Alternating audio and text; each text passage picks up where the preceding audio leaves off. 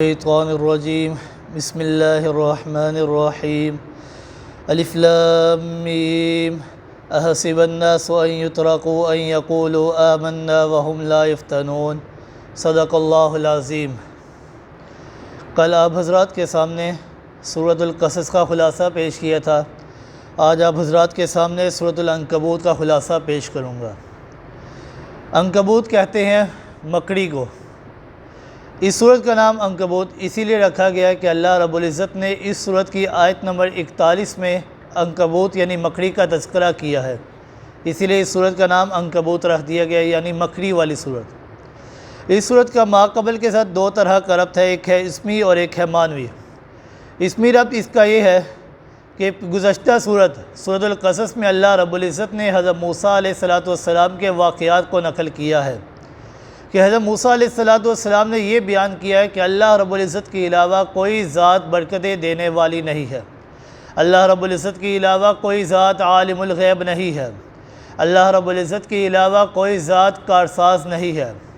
حضرت موسیٰ علیہ السلام نے مسئلہ توحید کو پیش کیا تو ان کے اوپر کتنی مصیبتیں آئیں، کتنی آزمائشیں آئیں، لیکن انہوں نے ان آزمائشوں کے اوپر صبر کیا۔ لہذا اس صورت کے اندر اللہ رب العزت یہ فرما رہے ہیں کہ آپ کے اوپر بھی مصیبتیں آئیں گی لیکن آپ نے صبر کرنا ہے۔ اس صورت کا معنوی ربط یہ ہے کہ سورۃ الفرقان میں اللہ رب العزت نے یہ دعویٰ ثابت کیا تھا کہ اللہ کے علاوہ کوئی ذات برکت دینے والی نہیں ہے۔ اس کے بعد اللہ رب العزت نے دلائل عقلیہ پیش کیے تھے۔ سورۃ الشعراء کے اندر اللہ رب العزت نے اسی دعوے کو ثابت کرنے کے لیے دلائل نقلیہ پیش کیے تھے۔ اسی دعوے کو ثابت کرنے کے لیے اللہ رب العزت نے سورۃ النمل کے اندر علتیں ذکر کی تھی۔ اسی دعوے کو ثابت کرنے کے لیے اللہ رب العزت نے سورۃ القصص کے اندر ثابت کیا تھا کہ حضرت موسیٰ علیہ السلام نے بھی اللہ رب العزت سے ہی برکتوں کا طلب کیا ہے اور ان کے اوپر مصیبتیں آئیں لیکن انہوں نے صبر کیا۔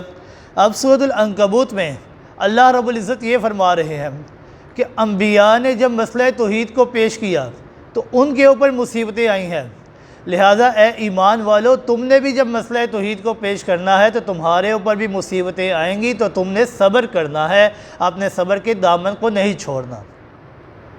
اس صورت کا خلاصہ یہ کہ اللہ رب العزت نے اس کے اندر پہلے دو دعوے ذکر کیے جو بالخصوص خاص ہیں اور ایک عام دعویٰ ذکر کیا۔ جو خاص دو دعوے ذکر کیے ان میں سے پہلا یہ ہے کہ ایمان جب تم نے قبول کر لیا ہے تو تمہارے اوپر مصیبتیں آئیں گی، اور دوسرا دعویٰ جو خاص وہ یہ تھا کہ جو لوگ ایمان نہیں قبول کرتے اللہ رب العزت اس کے اوپر اپنا عذاب نازل کر دیتے ہیں۔ ان دونوں دعوے کو ثابت کرنے کے لیے اللہ رب العزت نے 7 واقعات نقل کیے ہیں، 3 واقعات پہلے دعوے کے متعلق، 4 دعوے دوسرے دعوے کے متعلق ہیں۔ 4 واقعات۔ پہلا دعویٰ کہ ایمان قبول کرو گے تو تمہارے اوپر مصیبتیں آئیں گی، مشکلات آئیں گی۔ اللہ رب العزت نے فرمایا، حضرت نوح علیہ السلام کا واقعہ نقل کیا، وَلَقَدْ أَرْسَلْنَا نُوحًا إِلَىٰ قَوْمِهِ فَلَبِثَ فِيهِمْ أَلْفَ سَنَةٍ إِلَّا 50 عَامًا کہ حضرت نوح علیہ السلام نے تقریباً 950 سال تک مسئلہ توحید کی تبلیغ کی، لیکن ان کے اوپر ایمان لانے والے لوگ بہت کم تھے، مشرکین ان کے اوپر ظلم و ستم ڈھایا کرتے تھے، لیکن انہوں نے صبر کیا۔ دوسرا واقعہ ابراہیم علیہ السلام کا، وَإِبْرَاهِيمَ إِذْ قَالَ لِقَوْمِهِ کہ کس طرح حضرت ابراہیم علیہ السلام نے مسئلہ توحید کی تبلیغ کی لیکن ان کی قوم نے نہ مانا، ان کو آگ کے اندر ڈال دیا، لیکن انہوں نے صبر کیا۔ تیسرا واقعہ لوط علیہ السلام کا، وَلُوطًا إِذْ قَالَ لِقَوْمِهِ أَتَأْتُونَ الْفَاحِشَةَ کہ لوط علیہ السلام نے مسئلہ توحید کے اوپر دلائل بھی پیش کیے لیکن ان کی قوم نے نہ مانا، وہ پھر سے بد کرداریاں کرتے رہے۔ حضرت لوط علیہ السلام کے مہمانوں کو تنگ کر کے ان کو تکلیف پہنچاتے رہے۔ حضرت لوط علیہ السلام نے بھی ان مصائب کے اوپر صبر کیا۔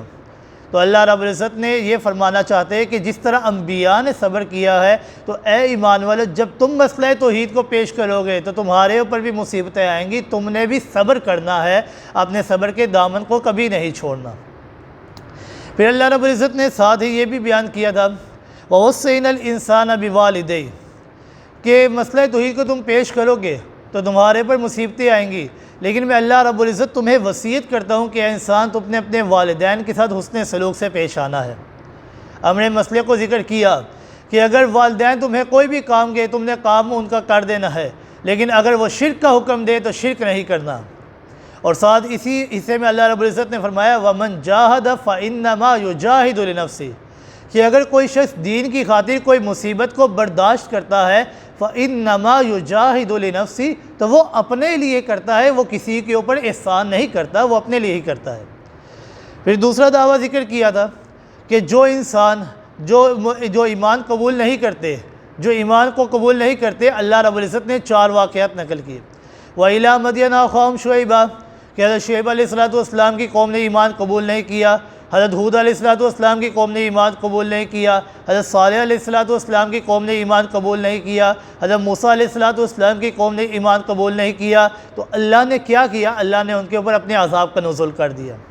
اور اللہ رب العزت نے فرمایا وَقَارُونَ وَفِرْعَوْنَ وَحَامَانَ کہ تمہارے سامنے قارون کی، فرعون کی، حامان کی مثالیں موجود ہیں کہ انہوں نے کس طرح زمین میں سرکشی کرنے لگ گئے تھے۔ وہ کہنے لگ گئے تھے انا ربکم الاعلیٰ کہ ہم رب ہیں، ہم جو چاہے وہ کر سکتے ہیں۔ وہ ظلم و تعدی میں اس حد تک بڑھ چکے تھے کہ اپنے آپ کو رب حقیقی ماننے لگ گئے تھے، لوگوں سے عبادت کروانے لگ گئے تھے۔ تو رب کائنات نے جب ان کی مدت پوری ہوئی، ان کو پکڑا تو رب کے پکڑ سے کوئی بھی ان کو چھڑا نہ سکا۔ رب کائنات نے ان کو دنیا میں ہی تباہ و برباد کر کے رکھ دیا۔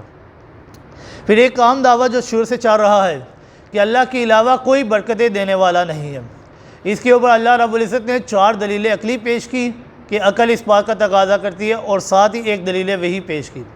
پہلی دلیل عقلی پیش کرتے ہوئے اللہ رب العزت نے فرمایا وَخَلَقَ اللَّهُ السَّمَاوَاتِ وَالْأَرْضَ بِالْحَقِّ کہ رب کائنات نے آسمان و زمین کی تخلیق کی کس لیے؟ بالحق، حق کے اظہار کے لیے۔ یعنی میں اللہ رب العزت نے آسمان و زمین کو بنایا ہے، اپنے آپ کو بتانے کے لیے میں اللہ رب العزت نے بنایا ہے، لہذا تم انسان میری عبادت کرو، میرے علاوہ کسی اور کی عبادت نہ کرو۔ ساتھ دلیل وحی نقل کی اُتْلُ مَا أُوحِیَ إِلَيْکَ مِنَ الْکِتَابِ کہ آپ کے طرف جو وحی کی گئی ہے، یعنی یہ کتاب جو وحی کی گئی ہے، آپ اس کی پیروی کریں اور اس کی تلاوت کریں۔ اور ساتھ ہی اللہ رب العزت نے ایک امر مسئلے نماز کا ذکر کیا اِنَّ الصَّلَاةَ تَنْہَىٰ عَنِ الْفَحْشَاءِ وَالْمُنکَرِ کہ بے شک نماز یہ انسان کو بے حیائی اور برائی کے کاموں سے روکتی ہے۔ اور جو نماز انسان کو بے حیائی اور برائی کے کاموں سے نہیں روکتی تو اس انسان کی نماز میں کوئی نہ کوئی خلل ہے، کیونکہ نماز تو انسان کو بے حیائی سے روکنے والی ہے، اور یہ اللہ رب العزت کا فرمان ہے، کسی انسان کا کلام نہیں ہے۔ اور ساتھ ہی اللہ رب العزت نے یہ نقل کیا کہ مشرکین آپ صلی اللہ علیہ وآلہ وسلم سے منہ مانگے معجزات طلب کرتے تھے، لیکن آپ صلی اللہ علیہ وسلم نے فرمایا قُلْ إِنَّمَا الْآيَاتُ عِنْدَ اللَّهِ معجزات کا ظہور کرنا یہ میں محمد الرسول اللہ کا کام نہیں، معجزات کا ظہور یہ اللہ رب العزت کے حکم سے ہوتا ہے، میرے حکم سے نہیں ہوتا۔ أَوَلَمْ يَكْفِهِمْ أَنَّا أَنزَلْنَا عَلَيْكَ الْكِتَابَ يُتْلَىٰ عَلَيْهِمْ اگر تم کہتے ہو معجزہ چاہیے تو یہ قرآن تو سب سے بڑا معجزہ ہے۔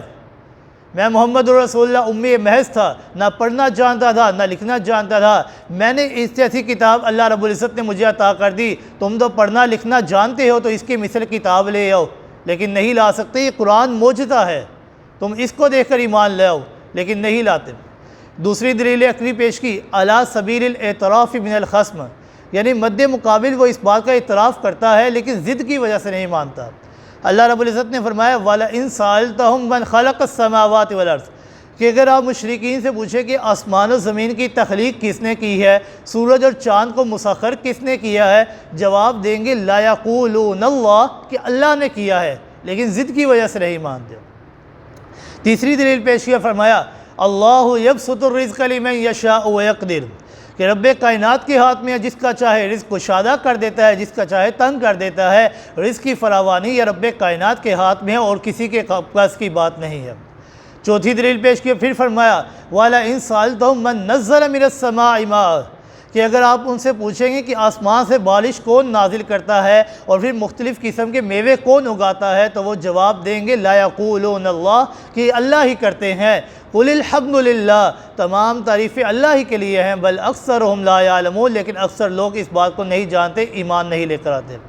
پھر اللہ رب العزت نے آخر میں زجر کرتے ہوئے فرمایا فَإِذَا رَكِبُوا فِي الْفُلْكِ دَعَوُا اللَّهَ مُخْلِصِينَ لَهُ الدِّينَ کہ جب مشرکین کی کشتیاں یہ دریا کی موجوں میں پھنس جایا کرتی تھی، دریاؤں کی طغیانیوں میں پھنس جایا کرتی تھی، تو وہ اپنے تمام معبودان باطلہ کو چھوڑ کر خالص رب حقیقی کو پکارا کرتے تھے۔ جب رب تعالیٰ ان کشتیوں سے ان موجوں سے نکال کر کنارے میں لگا دیا کرتے تھے، وہ پھر سے اپنے رب کو چھوڑ کر معبودان باطلہ کی عبادت کرنے لگ جاتے تھے، شرک کرنے لگ جاتے تھے۔ تو اللہ رب العزت نے فرمایا کہ ایسا نہیں کرنا، اے ایمان والے تمہارے پر مصیبتیں آئیں گی، تم نے صبر کرنا ہے۔ وَإِنَّ اللَّهَ لَمَعَ الْمُحْسِنِينَ کہ بے شک اللہ رب العزت نیکی کرنے والوں کے ساتھ ہے۔ إِنَّهُ يُحِبُّ الصَّابِرِينَ رب کائنات صبر کرنے والوں کو پسند کرتا ہے۔ إِنَّ اللَّهَ مَعَ الصَّابِرِينَ رب کائنات صبر کرنے والوں کے ساتھ ہے۔ لہذا اس وقت کا خلاصہ یہی ہے کہ جب ایماندار بھی مسئلہ توحید کی تبلیغ کریں گے، مسئلہ توحید کو پیش کریں گے تو تکلیفیں آئیں گی، ان تکلیفوں کی وجہ سے مسئلہ توحید کو نہیں چھوڑنا، تم نے صبر کرنا ہے۔ اللہ رب العزت تمہیں دنیا میں بھی کامیابی عطا کریں گے، آخرت میں بھی کامیابی عطا کریں گے۔ دعا ہے اللہ رب العزت سے عمل کرنے کی توفیق عطا فرمائے۔ وما علینا الا البلاغ المبین۔